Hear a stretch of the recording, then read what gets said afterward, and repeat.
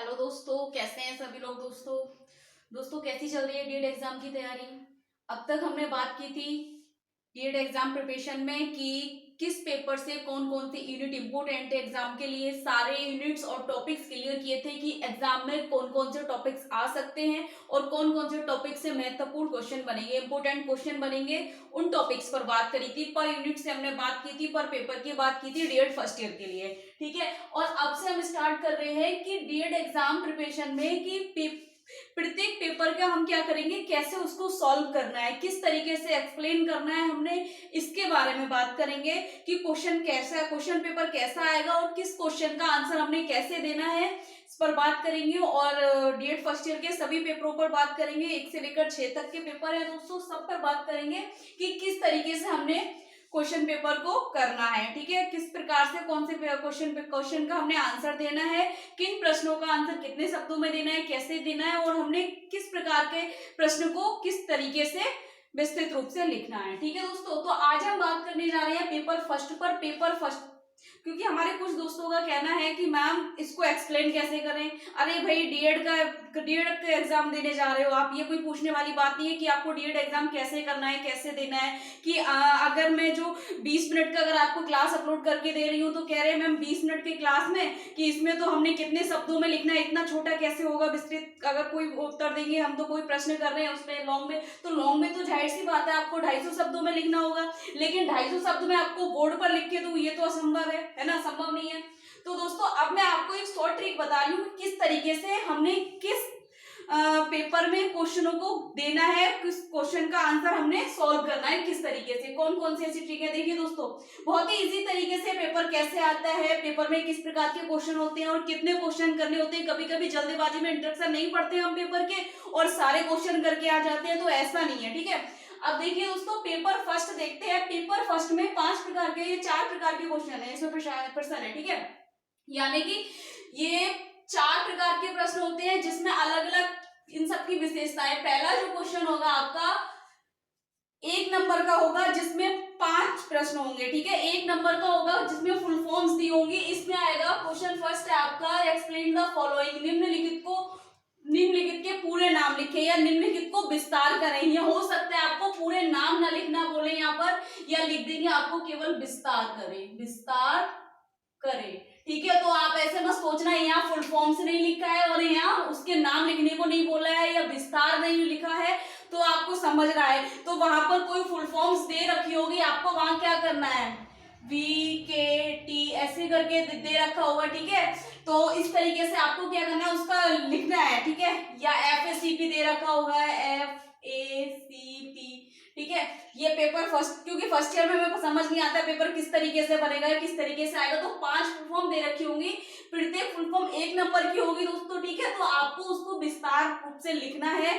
अगर वो हिंदी में बोले तो हिंदी में, और मेरे हिसाब से तो दोनों में लिखना चाहिए आपको। ठीक है, उसके बाद देखिए दोस्तों, दूसरा प्रश्न क्या है, answer the following in the 1 या 2 सेंटेंसेस। यानी कि निम्नलिखित का 1 या 2 वाक्यों में उत्तर देना है। क्योंकि ये 5 प्रश्न आते हैं दोस्तों जो 2-2 नंबर के होते हैं, 10 नंबर के प्रश्न होते हैं। ठीक है, इनमें आपने क्या करना है, केवल 1 या 2 वाक्यों में आपने इसके उत्तर देने होते हैं। और 5 आते हैं, 5 करने हैं, 5 फुल फॉर्म आएंगी, वो 5 करनी है। अब आता है तीसरे नंबर का जो प्रश्न है आपका, question number 3, right short the answer 1 any 4 question. ठीक है, अब ये देखिए, और ये कह रहे हैं निम्नलिखित में किन्हीं 4 पर लघु उत्तर दीजिए। और हमारे पास कितने प्रश्न हैं, 1 2 3 4 5, यानी कि 5 क्वेश्चन हैं। इसमें से हमें एक छूट दी जाएगी कि आप इसमें से 4 का चयन कीजिए और 4 का उत्तर देना है हमने। ठीक है, सबसे अच्छी बात क्या है कि आप 4 में हमने सबको पढ़ना है। सबसे पहला है कि बौद्धिक अक्षमता से आप क्या समझते हैं, उसकी विशेषता लक्षणों को संक्षिप्त में लिखिए। दूसरा है दृष्टि क्षति की परिभाषा दीजिए और प्रकारों पर प्रकाश डालिए। रोकथाम की परिभाषा दीजिए तथा प्राथमिक रोकथाम पर संक्षिप्त में लिखिए। मानसिक रोग की परिभाषा देते हुए उसके लक्षण लिखिए। जेनेटिक काउंसलिंग की परिभाषा देते हुए उसके उद्देश्य बताइए। ठीक है, ऐसे 5 प्रकार के प्रश्न होंगे आपके पास। अब 5 में से आपको 4 करना है। अब हमने देखना कौन सा है, 5 में से 4 कौन से करने हैं। ठीक है, हम केवल सिलेक्ट कर रहे हैं, अभी इसको हमने सॉल्व नहीं करा है। ठीक है, ये हमने कर देना देने हैं, क्योंकि ज्यादा में ज्यादा ये हमारे 20 मिनट के मतलब टाइम लेता है। हमारा क्वेश्चन 1 और क्वेश्चन 2 जो है हमने 20 मिनट में करने होते हैं। हमारी जितनी फुल फॉर्म आएंगी 5 फुल फॉर्म और ये 5 जो प्रश्न आएंगे आपके 2-2 नंबर के, 20 मिनट के अंदर ये दोनों चीजें हो जानी चाहिए। फिर 5 मिनट में हमने क्वेश्चन पेपर अपना रीड करना है, ठीक है, कि कौन कौन सा क्वेश्चन हमने करना है नहीं करना है उसका सिलेक्शन करना है।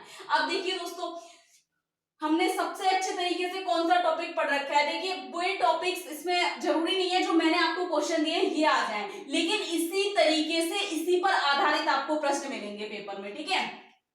अब देखिए बौद्धिक अक्षमता से आप क्या समझते हैं, कितना इजी है, क्योंकि इसको हमने पढ़ा ही पढ़ा है। हमारी ट्रेडी या एमआर है या आईडी है, एक चीज ध्यान रखना दोस्तों, जैसे कि पहले आईडी या एमआर में दोनों में क्या अंतर है, एक ही चीज है, लेकिन एमआर को आईडी क्यों किया गया, क्योंकि एक मानसिक मंदता बोलते हुए शब्द थोड़ा अजीब सा लगता था, बहुत बेकार शब्द लगता था कि हम किसी व्यक्ति को बोले कि वह मानसिक रूप से मंद है, ठीक है, तो बहुत ही ज्यादा चीट शब्द था ये। और आईडी इसलिए बौद्धिक अक्षमता, यानी कि बौद्धिक मीन्स क्या होता है, मतलब सीखना, बौद्धिक, तो उस तरीके से उन्होंने एमआर की जगह आईडी रखा है।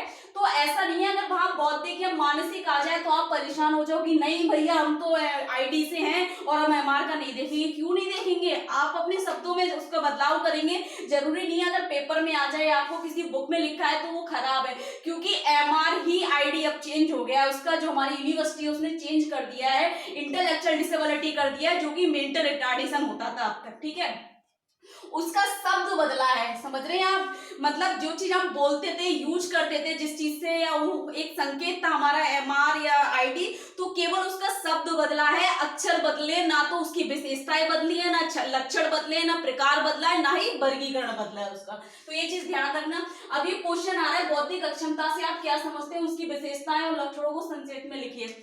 कितना इजी क्वेश्चन है। सबसे पहले हम इसमें कर देंगे कि भाई मैंने ये क्वेश्चन करना है जो मुझे आता है।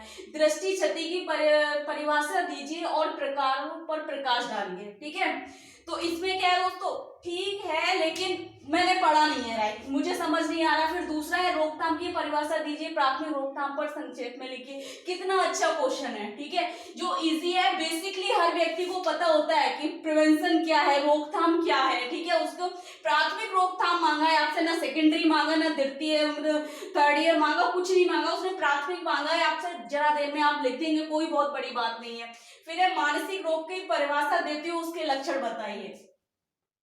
3 क्वेश्चन हो गए हमारे सिलेक्ट। जेनेटिक काउंसलिंग की परिभाषा देते हुए उसके उद्देश्य को बताइए, ठीक है। अब ये तीनों ही क्वेश्चन क्या है, बहुत ज्यादा मोस्ट इंपोर्टेंट है आपके एग्जाम के लिए भी। अब ये हमने सिलेक्ट कर लिया, करना कैसे, हमने बौद्धिक अक्षमता से आप क्या समझते हैं, इसमें हमने पहले क्या देना है, इसका परिचय देना है, परिभाषा देने हमने, ठीक है, परिचय दे दिया, परिभाषा दे दिया, उसकी विशेषताएं दे देनी है और लक्षण दे देने हैं। विशेषताओं को हमने 2-2 लाइनों में लिखना है और लक्षणों को हमने संक्षेप को कह रहा है उस तरीके से हमने लिख देने हैं। और हमने कम से कम, पता है, लघु जो उत्तरीय प्रश्न होगा हमने 150 शब्दों में देना है, इससे कम नहीं होना चाहिए, नंबर कट जाएंगे वरना, ठीक है दोस्तों, क्योंकि 4 है इसमें, 5 नंबर का एक प्रश्न होता है आपका, सॉल्व हो जाएगा। दूसरा है रोकथाम की परिभाषा, प्रिवेंशन आपको करा ही रखा है मैंने, आप देख लीजिए जाके वीडियो में, ठीक है, प्लेलिस्ट में सेव हो रखा है पेपर फर्स्ट में, ठीक। रोकथाम की आप परिभाषा दीजिए। प्राथमिक रोकथाम के जो जितने भी प्राथमिक रोकथाम के जितने भी प्रकार हैं आप उनको क्या करेंगे, 4-4 लाइनों में, 5-5 लाइनों में लिख कर देंगे, आपका 150 शब्दों का आंसर हो जाएगा। मानसिक रोग को परिभाषित देते हो, उसका लक्षण, यानी कि मानसिक रोग क्या है, तो इसमें भी आप क्या करेंगे, परिचय लिखेंगे, परिभाषा, ठीक है, और उसके लक्षण, ठीक है। परिचय भी आप क्या करेंगे, 1 पेज का तो आपका इंट्रोडक्शन होना चाहिए, और कम से कम 1 पेज नहीं तो आधा पेज का तो आपका इंट्रोडक्शन होगा। 2 उसकी परिभाषा देनी है आपको, और उसके लक्षण आपको 2-2 लाइनें में उसके लक्षण आपने करेंगे, तो 150 शब्दों में आपका ये भी हो जाएगा क्वेश्चन, ठीक है। फिर जेनेटिक काउंसलिंग, इतना इजी है, मैंने अनुवांशिक परामर्श आपको करा ही रखा है, और इसके उद्देश्य को आपने लिखना है, ठीक है। इसी क्वेश्चन पर बात हुई थी मैडम की सॉल्व कैसे करना है, तो जेनेटिक काउंसलिंग, इसमें आप क्या करेंगे, थोड़ा पहले क्या बताएंगे, इसमें आप जेनेटिक यानी अनुवांशिक, अनुवांशिकी क्या है इसका आप बताएंगे, इसका परिचय देंगे आप, ठीक है। अगर आ जाए तो उसके बाद आप परिभाषा बताएंगे इसकी, उसके बाद आपने इसके परिभाषा कम से कम 2 बताएंगे, और जेनेटिक क्या है, और जेनेटिक और जेनेटिक्स दोनों ही बताएंगे। अनुवांशिक और अनुवांशिकी क्या है, ठीक है। अनुवांशिक क्या है, जो वंशानुक्रम होता है उसको अनुवांशिक कहते हैं, और वंशानुक्रम की प्रक्रिया का अध्ययन करना अनुवांशिकी कहलाता है। तो उस चीज में आप डिफरेंसेस भी बताएंगे, उसका परिचय, परिभाषा और उसके उद्देश्यों को बताएंगे 2-2 लाइनों में। तो आपका 150 शब्दों में आपका ये प्रश्न भी हो जाएगा, ठीक है। 4 करने थे, हमारे चारों प्रश्न हो गए किस तरीके से। अब बात आती है दोस्तों क्वेश्चन नंबर 4, यानी कि जो चौथे नंबर का आपका प्रश्न है उसमें क्या दिया होगा आपको, answer any one of the following in detail. किसी एक प्रश्न का उत्तर विस्तार में दीजिए, यानी कि विस्तार का मतलब हो गया यहाँ पर हमने कितने शब्दों में देना है, 250 शब्दों में इसका आंसर देना है, ठीक है। बताने की जरूरत नहीं है इतनी छोटी छोटी चीज, लेकिन आपको पता होना चाहिए, ठीक है। तो इसमें 250, अब हमने क्या देखना है, इसमें हमने 250 शब्दों में देना है। हमने ऐसा क्वेश्चन चूज करना है जो कि हमें बहुत अच्छे से आता हो और जिसको हमें लिखने में ज्यादा सोचना ना पड़े, क्योंकि जिसमें हमें बहुत सारे पॉइंट्स मिल रहे हो। जैसे कि पहला क्वेश्चन दिया है, दिव्यांगता से आप क्या समझते हैं, दिव्यांगता का इतिहास बताइए, क्षति अक्षमता, दिव्यांगता को परिभाषित कीजिए एवं दिव्यांगता के प्रकार लिखिए। दूसरा है प्रारंभिक हस्तक्षेप का अर्थ, परिभाषा, प्रकार लिखिए एवं प्रतिदर्शों को समझाइए। तीसरा प्रश्न है आपका बौद्धिक दिव्यांगता क्या है, इसका अर्थ और परिभाषा लिखिए एवं प्रकार बताते हुए इसका वर्गीकरण करें। अब तीनों ही क्वेश्चन क्या है, ऐसे क्वेश्चन है कि इस पे आप 250 शब्द नहीं 300-400 शब्द भी कर सकते हैं, ठीक है। वो आपके ऊपर है कि आप कितना अपने विचारों को इसमें व्यक्त कर सकते हैं। अब देखिए दिव्यांगता से आप क्या समझते हैं, पूरा आपका एक पेज का तो यही हो गया कि दिव्यांगता आखिर है क्या, इसके बारे में आप बताएंगे। फिर उसका आप इतिहास बताएंगे, तो प्राचीन कालीन हो गया, मध्यकालीन हो गया। अगर सबको बताएंगे तब भी आपका बहुत बड़ा जाएगा ये क्वेश्चन। क्षति अक्षमता को आप परिभाषित करेंगे, क्षति क्या है, अक्षमता क्या है, ठीक है। दिव्यांगता को परिभाषित करेंगे। उसके बाद कह रहे हैं दिव्यांगता के प्रकार। जब आप इन चीजों को लिखेंगे, इतिहास लिखेंगे, ब्रीफ में लिखेंगे पूरा 1.5 या 2 पेज का। उसके बाद आ गया क्षति अक्षमता को केवल आपने परिभाषित करना है, इसके अलावा कुछ नहीं करना है। दिव्यांगता को परिभाषित करना है, दिव्यांगता क्या है। उसके बाद आ गया प्रकार। दोस्तों अगर आप इतिहास को अगर पूरा लिखते हैं, अगर छोटा लिखते हैं, 1 पेज का लिख दिया, तब आपने उसमें मध्यकालीन प्राचीन कालीन नहीं कुछ बताना है, तब तो आप दिव्यांगता के प्रकारों को आप ब्रीफ में लिखेंगे, यानी कि प्रत्येक प्रकार को अलग अलग, और उसके बाद में उसके बारे में थोड़ा थोड़ा लिखेंगे। अगर आप इसको काफी बड़ा कर देते हैं तो आप प्रकार शॉर्ट में भी कर सकते हैं, ठीक है। तो मेरे हिसाब से तो ये कम से कम आपका 300 शब्दों का हो गया ये, ठीक है। तो हमने सबसे पहले इसमें क्या करना है, दिव्यांगता के बारे में इसका परिचय देना है हमने, सबसे पहले परिचय, उसके बाद दिव्यांगता की परिभाषा, ठीक है। उसके बाद हमने इसका इतिहास, या आप इतिहास को पहले भी कर सकते हैं, ठीक है। इतिहास हो गया, फिर परिचय हो गया, फिर परिभाषा हो गई, उसके बाद हो गया क्षति और अक्षमता, ठीक। उसके बाद हम करेंगे दिव्यांगता के प्रकार। जितने भी हमारे 5 प्रकार की जो मेन दिव्यांग मतलब डिसेबिलिटीज हैं उनको हम लिखेंगे, ठीक है। टाइप्स ऑफ डिसेबिलिटी जितनी भी दे रखी है उसको हम लिख देंगे। अगर उसके बारे में अगर हमको लग रहा है कि हमारा आंसर छोटा है या 300 या 250 शब्द नहीं हो पा रहे हैं, क्योंकि बहुत ज्यादा हमने रामायण भी नहीं लिखनी है कि आपका एग्जामिनर क्या करे कि कॉपी देके और इतनी सारा आपने लिख रखा है जो कि व्यर्थ का है, कुछ समझ नहीं आ रहा है, तो आपकी कॉपी भी क्या होगा, बेकार ही है। तो आप उतना ही लिखे जितना आ रहा है और ठीक से लिखे, उसको स्पष्ट लिखे, अर्थपूर्ण लिखे, ठीक है। उसके बाद उसके प्रकार लिख देने हैं। तो ये क्वेश्चन भी आपका 300 नंबर का हो जाएगा। इस तरीके से आप लिखेंगे, क्योंकि अगर कुछ लोग क्या करते हैं दोस्तों कि प्रश्नों में ना हेडिंग नहीं डालते, क्या करना है केवल उसके आगे क्या उत्तर लिखा उन्होंने, यूं 30 जैसा करा, नीचे 2 हेडिंग डाले और बस करना स्टार्ट हो गया। लेकिन ऐसे नहीं करना है, सबसे पहले आपने स्पष्ट रूप से इसमें लिखना है दिव्यांगता का इतिहास, एक हेडिंग, उसके बाद प्रत्येक हेडिंग को आप हाईलाइट करते हुए जाइए। तो क्या होगा, एग्जामिनर को भी कॉपी चेक करते हुए अच्छा लगता है, अट्रैक्शन होता है, और आपका कभी कभी पढ़ता भी है वो, तो वहां मार्क्स हम खींच लेते हैं इन चीजों से, ठीक है। उसके बाद दूसरा प्रश्न क्या है, इसमें प्रारंभिक हस्तक्षेप का अर्थ, परिभाषा लिखिए एवं प्रतिदर्शों को समझाइए। प्रतिदर्शों का मतलब दोस्तों यहाँ अर्ली इंटरवेंशन के जो हमने मॉडल्स किए थे वो है, जिसमें हमारे 2 मॉडल्स थे, अभी मैं आपको बताऊंगी। प्रारंभिक हस्तक्षेप का अर्थ यानी कि अर्ली इंटरवेंशन क्या है, प्रारंभिक हस्तक्षेप, इसके बारे में आप इसका अर्थ लिखेंगे। परिभाषा लिखेंगे, अर्थ में आप कम से कम 2 पेज का इसका अर्थ हो जाएगा, 2 परिभाषा हो गई। उसके प्रकार कितने हैं, ठीक है, अर्ली इंटरवेंशन के इसके प्रकार लिखेंगे, प्रकार को आप कम से कम 2 या 3 लाइनों में बताएंगे। और इसके प्रतिदर्श 2 हैं, एक तो है गृह आधारित, दूसरा है केंद्र आधारित। केंद्र आधारित दोनों को आप बताएंगे, ब्रीफ में लिखेंगे, ठीक है। और इसमें भी क्यों आया है आपको पता है, इसमें क्योंकि इसके केंद्र आधारित और गृह आधारित के दोनों के आपको लाभ हानि गिरेंगे। अगर प्रतिदर्श आपसे मांग लेता है तो इसके लाभ क्या है और इसके हानि क्या है, ठीक है, इससे क्या क्या हानियां होती हैं, दोनों प्रतिदर्श यानी कि दोनों मॉडल्स के आपने इसका अर्थ भी या परिचय जो भी है देना होगा और इसके लाभ हानि भी आपको बताने होंगे, ठीक है। तो ये भी आपका क्या हो जाएगा, अर्थ के बारे में लिखेंगे हम एक पेज में, या परिभाषा, उसको जो भी परिचय देंगे, परिभाषा हो गई, प्रकार लिखेंगे। जब प्रतिदर्श करेंगे तो प्रतिदर्श क्या है, कौन कौन से हैं, दोनों के बारे में लिखेंगे। उसके बाद दोनों के लाभ हानि करेंगे, तो आपका 250 शब्दों का आ जाएगा ये प्रश्न भी, ठीक है। और ये प्रश्न भी मैंने करा रखा है, लेकिन क्योंकि इसके बहुत ज्यादा चांसेस रहते हैं, ये दोनों तो बहुत ही ज्यादा मोस्ट इंपोर्टेंट है आपके लिए, आना ही आना है, एग्जाम में जा नहीं सकते, 2 नहीं आएंगे तो ये क्वेश्चन तो आएगा आपका। तीसरा है दोस्तों बौद्धिक दिव्यांगता क्या है, इसका अर्थ और परिभाषा लिखे एवं प्रकार बताते हुए इसका वर्गीकरण करें। कितना अच्छा आया है। सबसे पहली चीज क्या है, देखिए दोस्तों 2 क्वेश्चन मैच हो रहे हैं इसमें, एक तो सी वाला और दूसरा हमने अभी देखा था बौद्धिक अक्षमता, बौद्धिक दिव्यांगता, दोनों चीज एक ही चीज हो गई।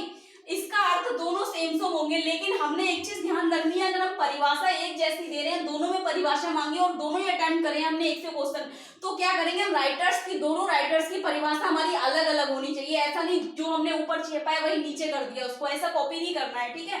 तो बौद्धिक दिव्यांगता क्या है, इसका परिचय देंगे, परिभाषा देंगे, ठीक है। उसके बाद इसके प्रकार बताएंगे, मेंटल रिटार्डेशन के, इंटेलेक्चुअल डिसेबिलिटी के जितने भी प्रकार हैं, कुछ तो चिकित्सीय लक्षणों के आधार पर हैं, ठीक है दोस्तों, तीव्रता के अनुसार है, और मनोवैज्ञानिकता के आधार, मनोविज्ञान के आधार पर भी है इसके, ठीक है, और शैक्षणिक आधार पर भी है। तो तीनों का आपने बताना है और उसका वर्गीकरण भी करना है, ठीक है। वर्गीकरण भी वो बोल रहे हैं, अगर आप वर्गीकरण भी करेंगे इसका तो आराम से आपका 300 का हो जाएगा, ये 300 शब्दों का हो गया, कोई दिक्कत नहीं है, क्योंकि इसके बारे में आप इसकी परिभाषा देंगे। सबसे पहले तो आप बौद्धिक दिव्यांगता का क्या परिचय, ठीक, फिर परिभाषा हो गई आपकी, उसके बाद क्या हम प्रकार बताएंगे इसके, फिर इसका वर्गीकरण हो गया,